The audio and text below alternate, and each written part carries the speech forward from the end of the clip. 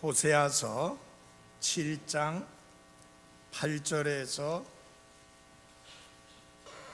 10절까지 말씀을 봉독해 드리겠습니다. 에브라임 곧 그가 백성들 가운데에서 자신을 섞었으니 에브라임은 뒤집지 않은 납작한 빵이로다.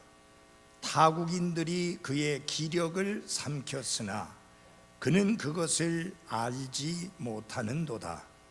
참으로 흰머리가 그에게 여기저기 생겨도 그가 알지 못하는도다.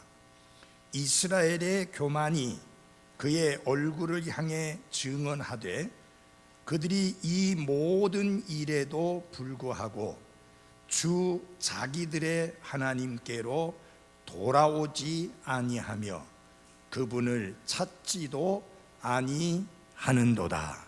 아멘. 10절까지 말씀을 보았습니다. 기도하겠습니다.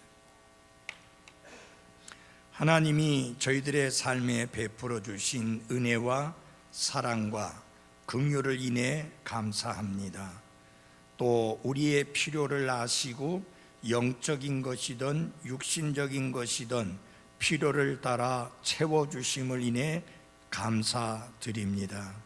또한 우리가 하나님의 도우심을 구할 때마다 하나님께서 능력 많으신 손길로 우리를 구해 주시고 도와주시고 돌봐주시는 은혜를 인하여 감사드립니다. 하나님 아버지, 이 말씀을 따라서 우리가 특별히 하나님이 우리에게 이 아침에 주시는 귀한 교훈의 말씀을 잘 깨닫게 해주시고 잘 받아들이게 해주시고 생활 속에 잘 적용해서 변화의 열매를 맺게 해 주옵소서. 예수님 이름으로 기도했습니다. 아멘. 앉아주시기 바랍니다. 설교를 시작하면 잘 조는 집사님이 있었습니다. 저희 교회 집사님은 아닙니다.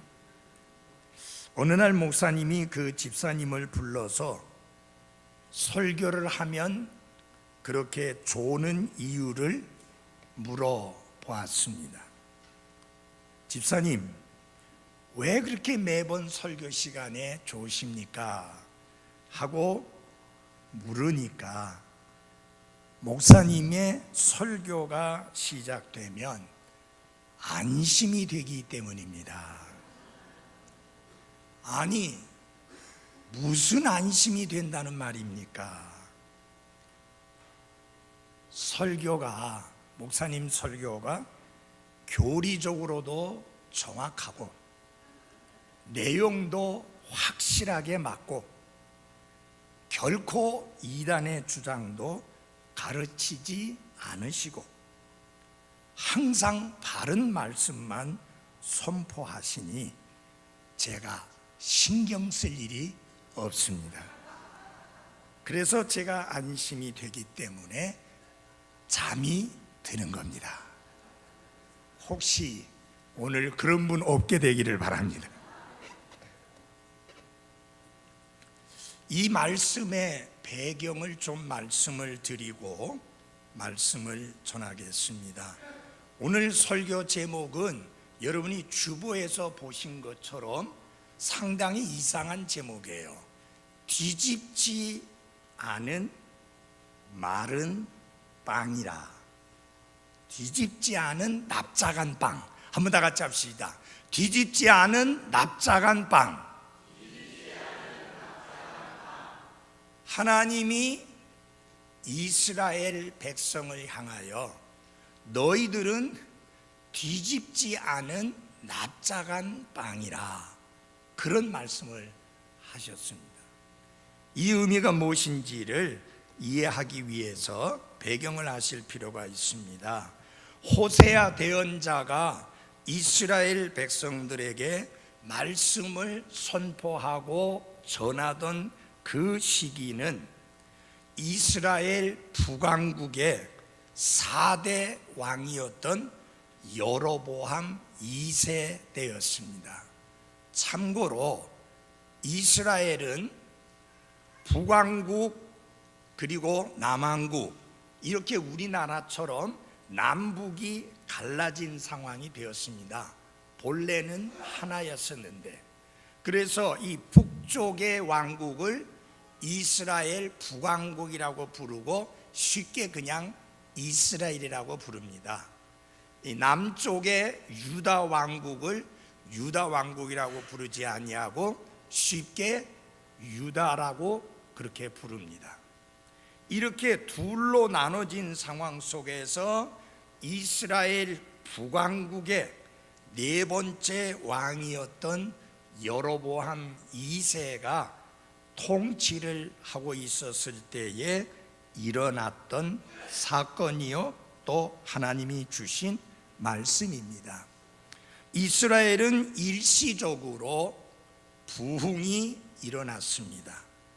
그렇지만 그 부흥은 오래가지 못하고 곧 다른 백성들과 섞임으로 그 나라들의 문화와 사상과 우상 숭배와 그들의 종교를 받아들임으로 말미암아 정치적으로도 그렇고 신앙적으로도 그렇고 큰 위기에 빠지게 되었습니다.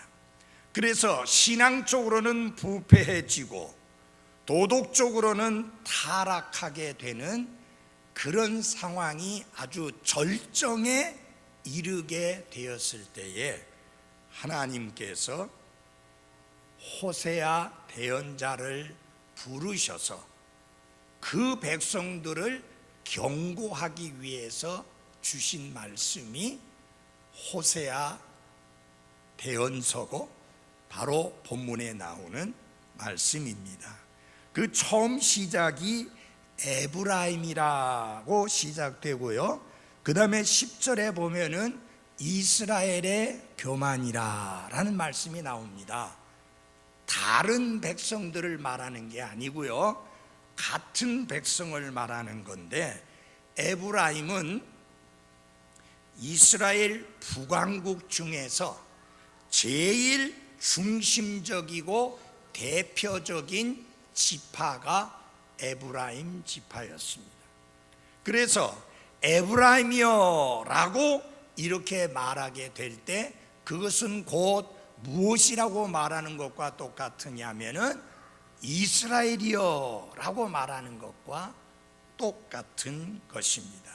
그래서 결국은 에브라임이라고 하는 이 통칭은 이스라엘 북왕국 전체를 일컬어서 하는 이름이다 라고 하는 것입니다. 자, 이 에브라임에게, 이 이스라엘 백성에게 하나님의 말씀이 전해진 배경을 한번 보십시다. 8절 말씀 한번 다 같이 좀 읽어보겠습니다. 시작.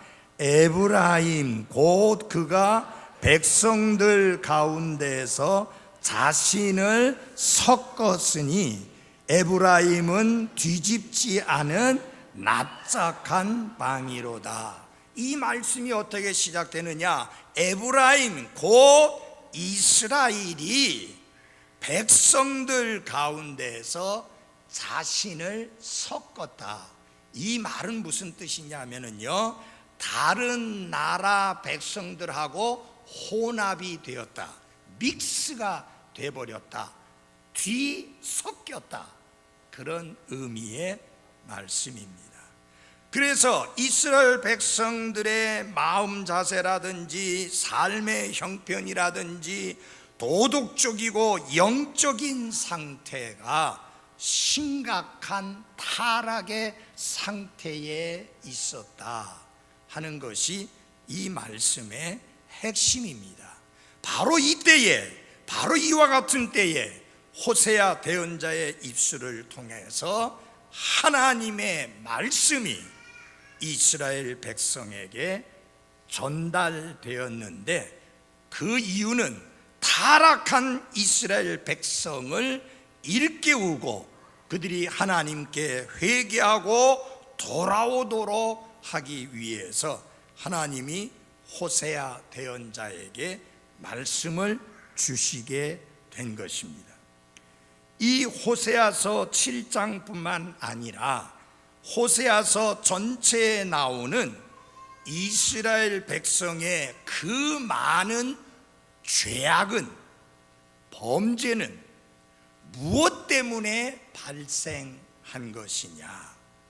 그들이 다른 백성들과 함께 섞임으로 인하여, 아니 자기들이 스스로 그 백성들과 섞음으로 인하여 생기게 된 범죄요 죄악이었습니다.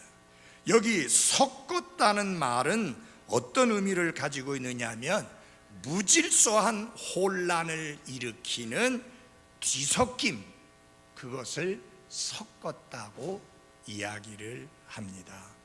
여러분, 우리나라 사람들이 장사하면서 섞는 것 많이 하죠.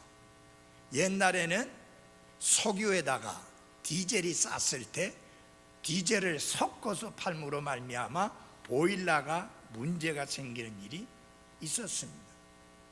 그 다음에 휘발유를 넣는데 휘발유에다가 다른 것을 섞어가지고 자동차가 문제를 일으키는 경우가 있었습니다.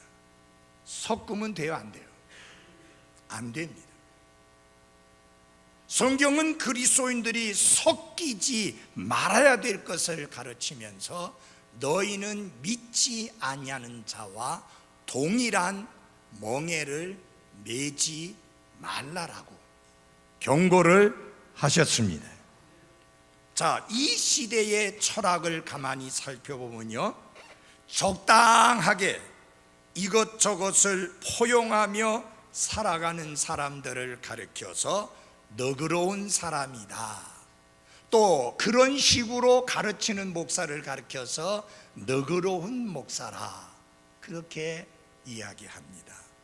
우리나라의 코미디언보다 더 웃긴다고 하는 장 모모 목사가 TV에 나와서 이야기하는데 정말 진리의 하나님의 말씀과 그 다음에 미신적인 내용을 함께 섞어서 그 대중방송을 통해서 말하는 것을 들으면서 정말 깜짝 놀랐습니다.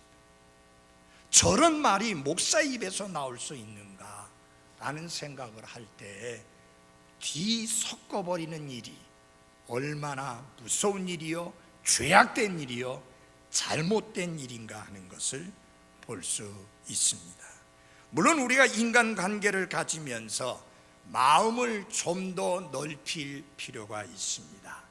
밴댕이 속이라 그저 조그만 말 한마디에도, 별거 아닌 말에도 삐끼고 토라지고 마음 상하고 이런 사람들 보면 좀 마음을 넓히라고 이야기하고 싶습니다. 또 성경도 하나님의 사람들이 그런 부분에 대하여 마음을 넓혀야 될 것을 가르쳐 줍니다. 그러나 성경은 절대로 타협하지 말아야 할 어떤 분명한 선을 긋고 있다고 하는 사실입니다. 그런 부분에 있어서는 절대로 마음을 넓혀서는 안 되고, 절대로 타협해서는 안 되고, 절대로 섞여서는 안 되는 것입니다.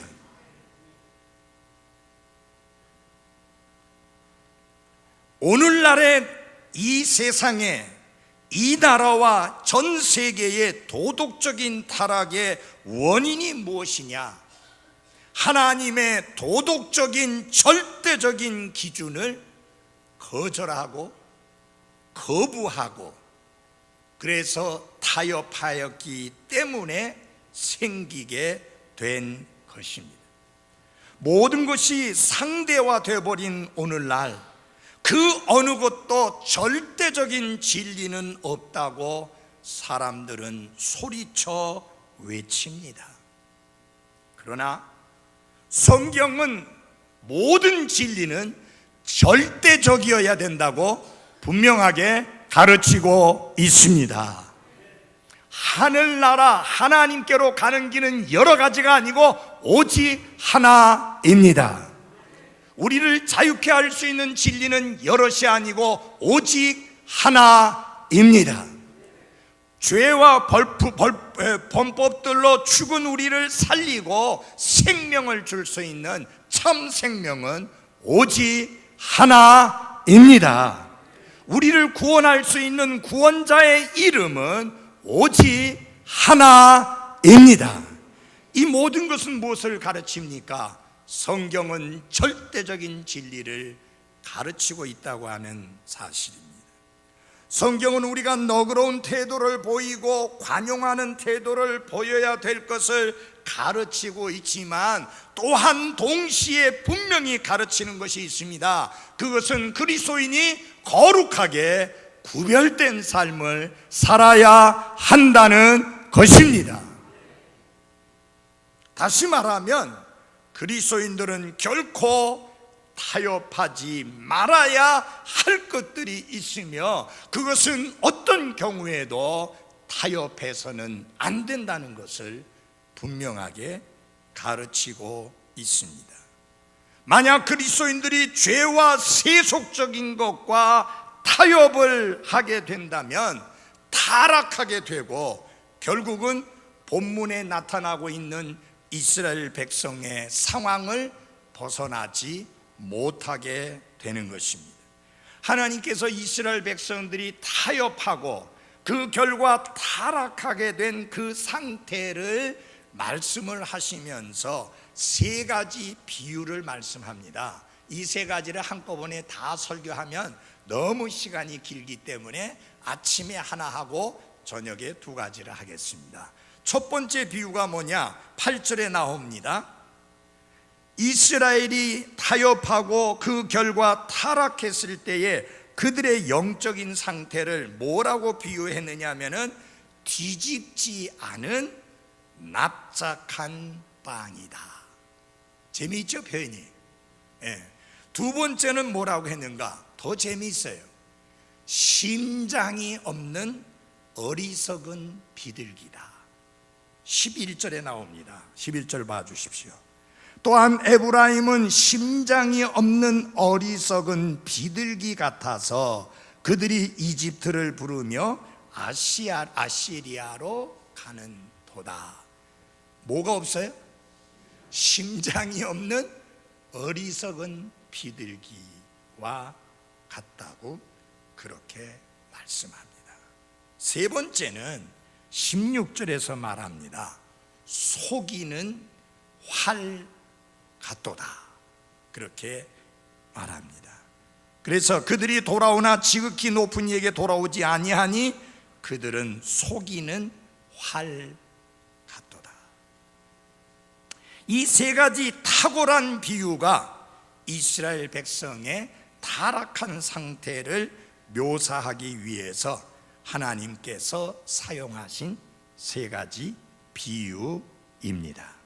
자, 그러면 오늘 첫 번째로 뒤집지 않은 납작한 빵에 대해서 말씀을 드리겠습니다.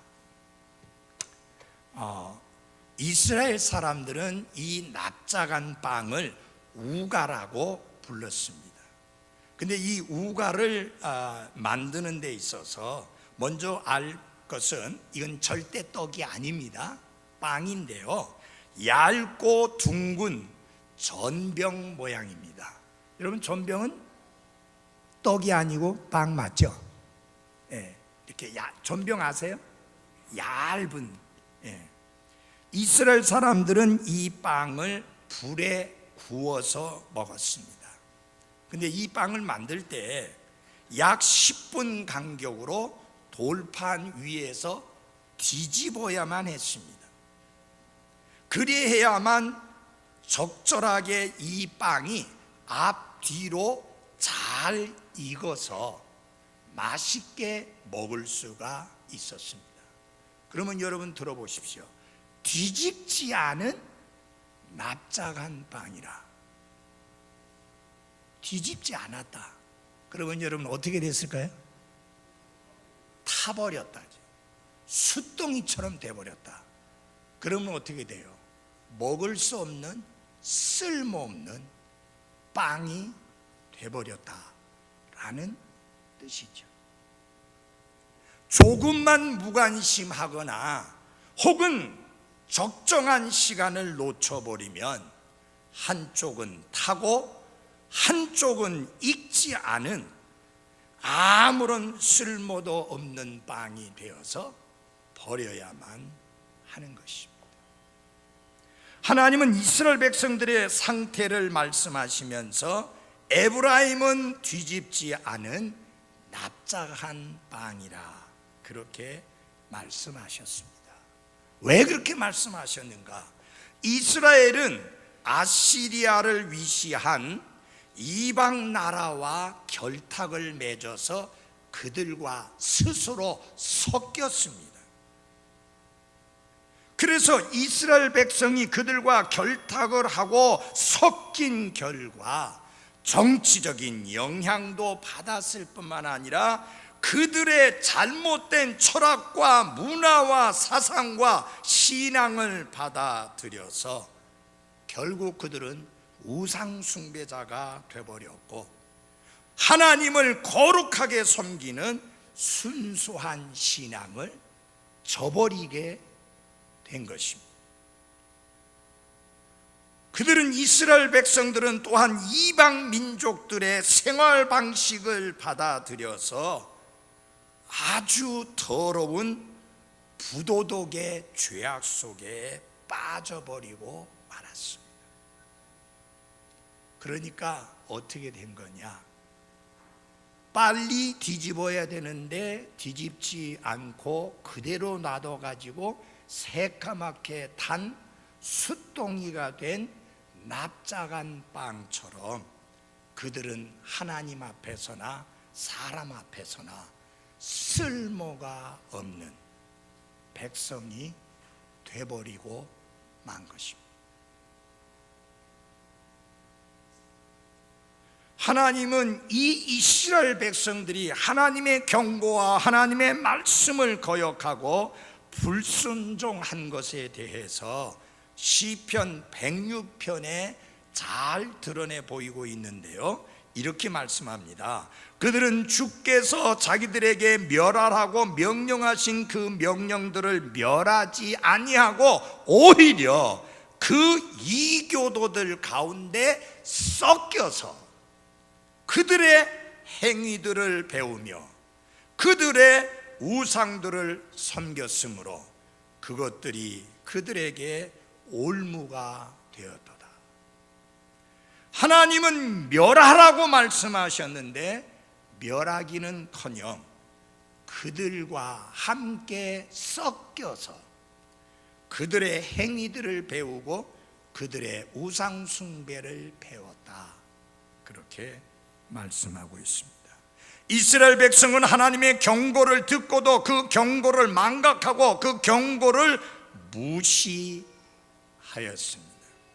하나님은 일찍이 출애굽기 34장 12절에서 이렇게 경고하셨습니다. 너는 스스로 조심하여 네가 들어가는 땅에 거주민들과 언약을 맺지 말라. 그것이 네 한가운데서 올무가 될까 염려하노라. 그들과 언약을 맺지 말라는 것은 그들과 섞이지 말라는 것입니다. 구별된 생활을 살라는 것입니다. 거룩하게 성별된 생활을 살라고 하는 것입니다. 분리된 삶을 강조하신 것입니다. 그러나 이스라엘은 그 말씀을 순종하지 않고 거역했습니다. 하나님이 이스라엘 백성에게 기대하는 모습은 어떤 것이었느냐? 그들이 세계를 향해서 선교하는 것을 역사적 사명으로 생각하고 세계 선교에 힘쓰는 백성이 되기를 원했지만 이들은 그들에게 영향을 미쳐서 사시고 참되신 하나님을 가르치고 증언하고 그들의 마음속에 이 신앙을 가지도록 영향을 끼친 게 아니라 오히려 그들과 섞임으로 그들이 섬기는 우상을 이들이 섬기는 부패와 타락 속에, 변질 속에 빠지게 된 것입니다. 하나님께서는 구원받은 그리스도인 모두가 전 세계의 세계 선교에 기여하는 그런 역할을 감당하도록 우리에게 역사적 사명을 주셨습니다. 이 역사적 사명을 감당하기 위해서 제일 중요한 것 중에 하나가 무엇이냐? 우리는 구원받지 않은 사람들의 문화나 습관이나 그들의 사상이나 그들의 도덕이나 그들의 그 어떤 기준도 받아들이지 말고 먼저 거룩하게 구별된 삶을 살아야 하는 것입니다. 하나님은 이스라엘 백성에게 너희는 홀로 거하라, 민족들 가운데 하나가 되지 말라, 이렇게 분명히 말씀했지만 그 명령을 거역하고 이스라엘 백성은 다른 민족들과 섞였습니다. 그래서 하나님은 그들을 가리켜서 뒤집지 않은 납작한 빵이라 그렇게 표현했습니다. 아까 말씀드렸죠? 뒤집지 않은 납작한 빵은 시커멓게 다 타버려서 쓸모가 없는, 하나님은 이스라엘을 쓰기 원하셨습니다. 하나님은 세계 선교에 이스라엘 백성을 중심 백성으로서 쓰기를 원하셨는데 이들이 다른 나라와 섞임으로 말미암아 거룩하게 구별된 삶을 살지 아니함으로 말미암아 하나님 앞에 쓸모없는 백성이 되어버리고 말았다고 하는 것입니다. 그래서 그들의 모습을 보면 도대체 이스라엘 사람도 아니고 이방 사람도 아닌 모습을 갖추게 된 것입니다.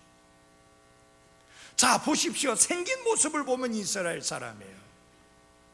그들의 다른 생활을 보면은 분명히 이스라엘 사람이에요. 사시고 참되신 하나님을 알고 섬기는 사람이에요.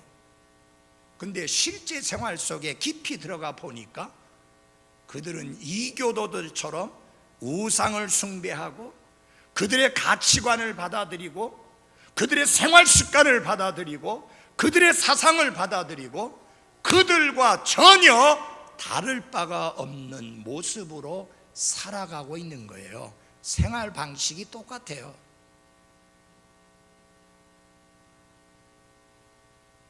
그래서 하나님께서 그들을 보고 말씀하시기를 뒤집지 않은 납작한 빵이라고 말씀을 한 거예요.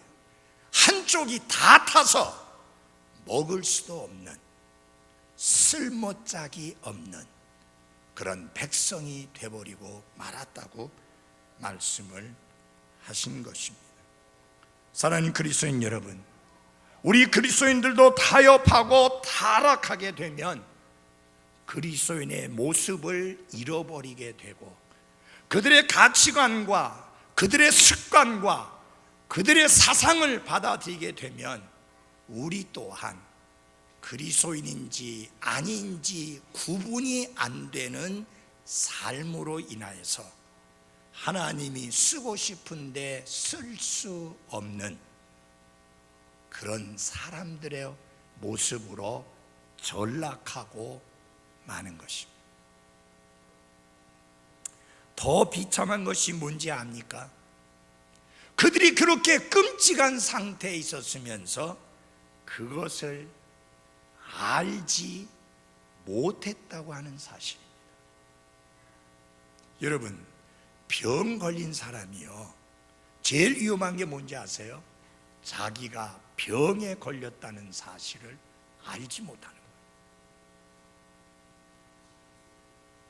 자신이 병에 걸렸다는 것을 알면 의사도 찾게 되고 병원도 가게 되고 약도 먹게 되고 치료도 받게 되는데 자기가 병에 걸렸다는 사실을 알지 못하게 되면 약도 안 먹고 병원도 안 가고 의사도 찾지 않게 되니까 결국은 죽음으로 향할 수밖에 없는 거죠. 바로 이스라엘이 그런 상황이다. 우리 9절을 같이 봐주시기 바랍니다. 9절입니다. 호세아 7장 9절 같이 읽어보겠습니다. 시작. 타국인들이 그의 기력을 삼켰으나 그는 그것을 알지 못하는도다. 참으로 흰머리가 그에게 여기저기 생겨도 그가 알지 못하는도다. 이 한 절 말씀 속에 그가 알지 못한다, 그가 알지 못한다는 말이 두 번이나 나옵니다. 그들의 기력을 삼켜버렸는데도 불구하고 알지 못한다. 흰머리가 여기저기 생길 만큼 많은 시간이 흘렀음에도 불구하고 그들이 알지 못한다. 이방인들에게 영향을 주어야 될 하나님의 백성이 이스라엘의 하나님 여호와라고 불리는 그분만이 유일하고 참된 하나님이라는 사실을 알려야 될 하나님의 백성인 이스라엘이 오히려 그들에게 압도당하는, 그들에게 삼켜지는, 오히려 그들의 영향력이, 그들의 삶을, 그 이교도들의 영향력이 하나님의 백성들의 삶을 삼키고 마는 꼴이 돼버리고 말았다. 근데 더 끔찍한 것은 뭐냐면은 그 사실을 알지 못했다고 하는 사실입니다. 머리에 희끗희끗 흰머리가 생길 정도로 세월이 많이 흘렀음에도 불구하고 그것을 알지 못했다.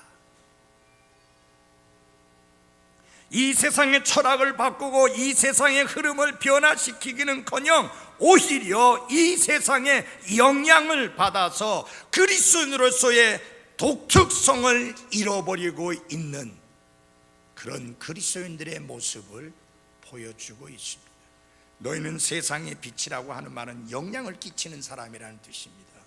너희는 세상의 소금이라는 말은 우리가 영향을 끼치는 사람이라는 말입니다. 어디에? 세상에. 근데 반대로 세상이 우리에게 영향을 끼치고 세상이 우리를 압도하고 세상이 우리를 삼키고 세상이 우리를 바꾸어 놓는 그런 상황이 벌어져서는 안 된다고 하는 것입니다.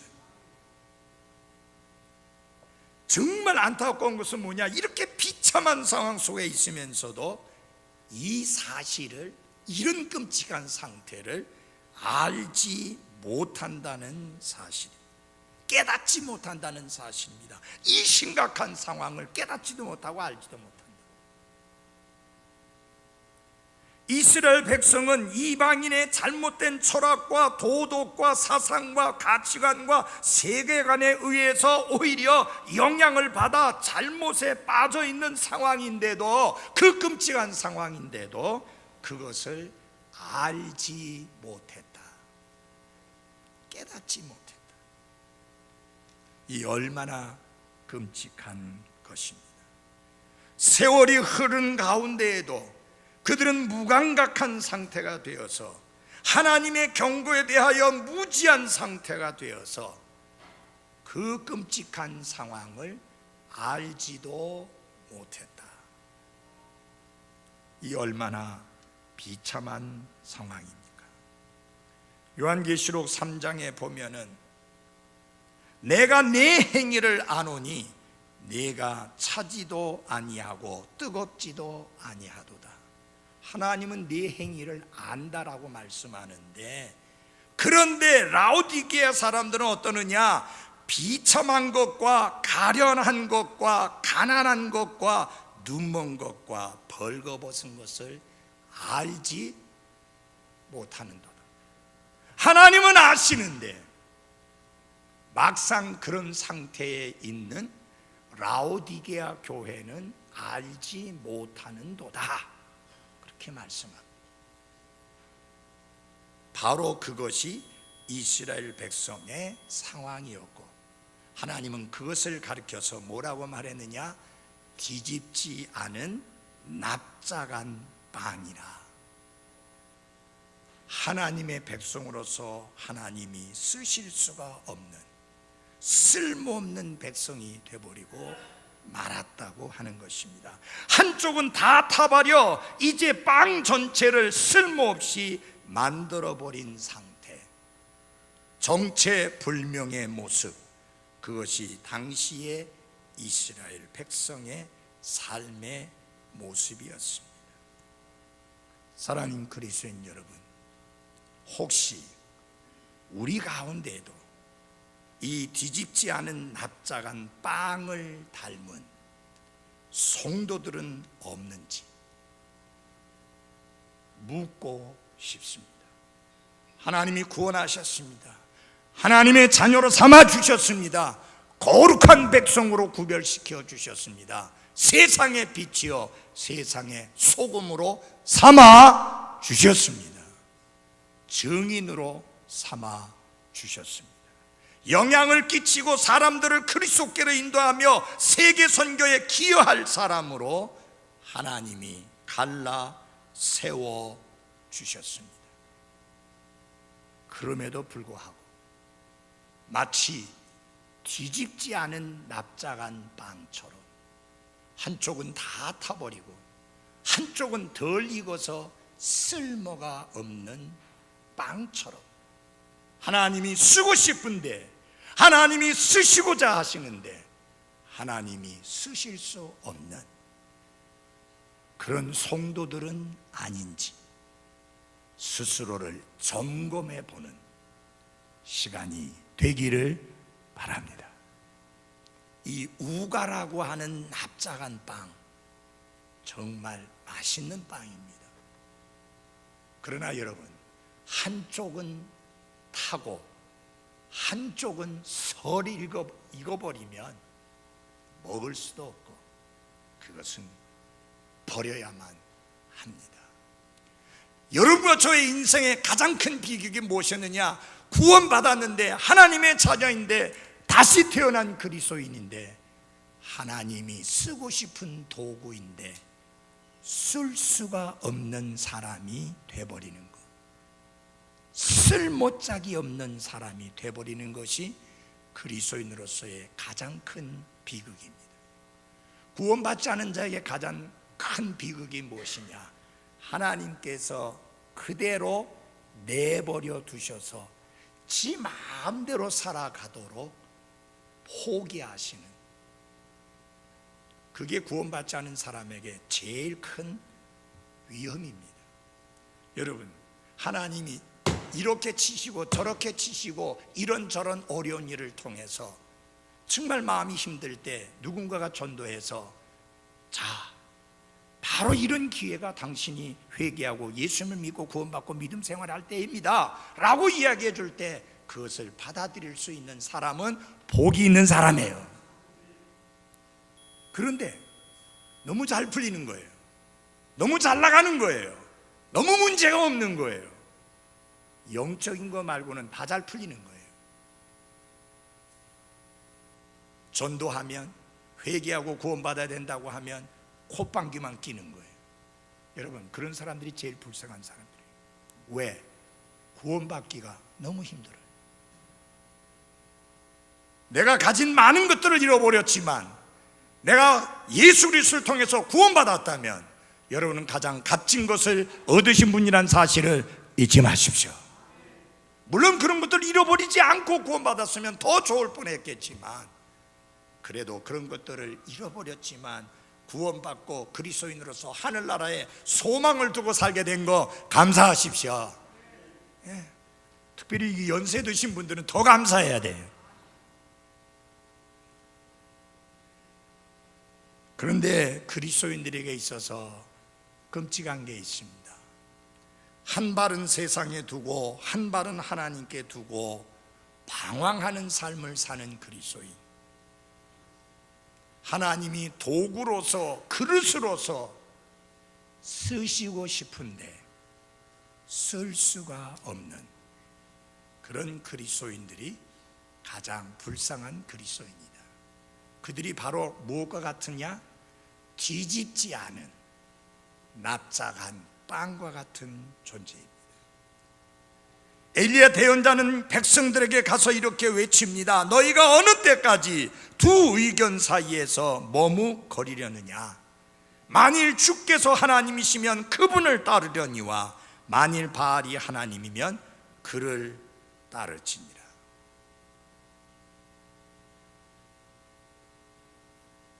하나님과 세상을 같이 바라보고 같이 붙들려고 하면 아무것도 얻지 못합니다. 우리는 하나님과 세상을 동시에 기쁘게 할 수가 없기 때문입니다. 성경은 이런 자세를 가지고 살아가는 그리스도인을 가리켜서 영적인 간음에 빠져 있는 사람으로서 하나님과 원수된 자의 삶을 살아가는 사람이라고 엄중히 경고합니다. 사랑하는 그리스도인 여러분, 우리는 단 한 번 주어진 기회의 삶을 삽니다. 하나님이 우리를 구원하셨고 거룩하게 구별해 주셨습니다. 하나님이 원하시면 언제든지 그분이 나를 들어서 쓸 수 있는 도구와 그릇이 될 수 있도록 우리의 마음이 하나님께로 향해 있어야 합니다. 고린도후서 6장 17절에 너희는 그들 가운데서 나와 분리하고 부정한 것을 만지지 말라고 말씀합니다. 세상이나 이 세상에 있는 것들을 사랑하지 말라고 말씀합니다. 세상과 타협하려고 할 때마다 세상의 평판과 미혹 앞에 우리의 삶과 가치관이 무너지려고 할 때마다 성경은 우리에게 이렇게 외치고 있는 사실을 기억하십시오. 너희는 이 세상에 동화되지 말고 오직 너희 생각을 새롭게 함으로 변화를 받으라. 하나는 부정적인 내용입니다. 동화되지 말라. 하나는 긍정적인 말씀입니다. 변화를 받으라. 이 세상과 짝하여 하나 되지 않는 것만으로 만족하지 말고 더 나아가서 생각을 새롭게 함으로 변화를 받는 귀한 삶으로 살아가는 성도들이 되시기를 바랍니다. 뒤집지 않은 납작한 빵을 제대로 불에 구우려면 뒤집어서 전체를 구워야 하는데 때를 맞추어서 뒤집어야 합니다. 너무 늦으면 이 빵은 쓸모없게 됩니다. 때를 맞추어서 여러분의 삶을 뒤집기를 바랍니다. 여러분의 삶에 하나님이 손을 대시기 전에 하나님이 쓰실 수 있는 사람으로 변화시키실 수 있도록 여러분의 삶을 하나님께 초점을 맞춘 삶으로 뒤집으시기를 바랍니다. 여러분의 삶이 하나님이 손을 대시기에, 하나님이 변화시키기에 너무 늦었다고 선언하시기 전에 여러분의 삶을 뒤집을 필요가 있습니다. 아직 시간이 있을 때, 아직 기회가 있을 때, 아직 우리가 변화될 수 있을 때 우리의 삶을 뒤집어야 합니다. 그래야만 하나님께 쓰임받는 삶을 살 수가 있습니다. 우가라는 빵은 맛있지만 그게 타버리면 쓸모없어 버려야 됩니다. 구원받은 그리스도인, 영광스러운 특권을 가지고 있고 존귀한 존재가 되었고 하나님 앞에 의미 있고 가치 있는 존재로 변화되어서 새 사람 되었습니다. 그런데 우리 앞에는 큰 유혹이 놓여 있습니다. 사탄이 끊임없이 우리가 그리스도를 닮아가는 게 아니라 세상과 짝하고 세상과 동화되고 세상과 하나가 되도록 끊임없이 유혹합니다. 그 유혹 앞에 우리가 단호하게 이야기해야 됩니다. 나는 거룩한 백성이다. 나는 구별된 사람이다. 하나님의 영광을 위하여 내 삶을 드리리라. 그래서 하나님께 쓰임받는 삶을 살리라. 그렇게 결단해야 될 것입니다. 혹시 지금 뒤집지 않아가지고 타고 있는 그런 삶은 아닌지 용기를 내서 뒤집고 하나님과의 관계를 바로 할 수 있기를 바랍니다. 기도하겠습니다.